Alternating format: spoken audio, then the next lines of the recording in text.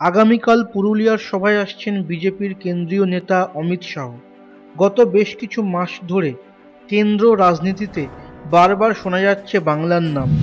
বিজেপির বিরুদ্ধে সবথেকে বেশি যিনি সরব তিনি হলেন মমতা ব্যানার্জি। শুধু তাই নয়, বিজেপির বিরুদ্ধে তৃতীয় জোট করার ভূমিকাতেও তিনি অগ্রণী। ওদিকে পুরুলিয়াতে বিজেপি কর্মীদের রহস্যজনক মৃত্যুতে উত্তাল কেন্দ্র তথা সারা দেশ। এই সময়ে অমিত শাহের পুরুলিয়া সফর খুবই তাৎপর্যপূর্ণ। আসুন দেখে নেওয়া যাক অমিত শাহের সফরসূচি। পুরুলিয়ার শিমুলিয়া ময়দানে হচ্ছে এই বিশাল জনসভা। বিপুল লোক সমাগমের সম্ভাবনা রয়েছে এই ময়দানে। তাই দূর থেকে যাতে সাধারণ মানুষ অমিত শাহকে স্পষ্ট দেখতে পান, সেই জন্য সারা ময়দানে 12টি এলইডি স্ক্রিন বসানোর কাজ চলছে। এছাড়াও পুরুলিয়ার সৈনিক স্কুলের হেলিপ্যাডে নামবেন অমিত শাহ। প্রথমে লাগদায় বুথ কমিটির সাথে কিছুক্ষণ বৈঠক করবেন এবং তারপরে শিমুলিয়ার সভায় যোগ দেবেন।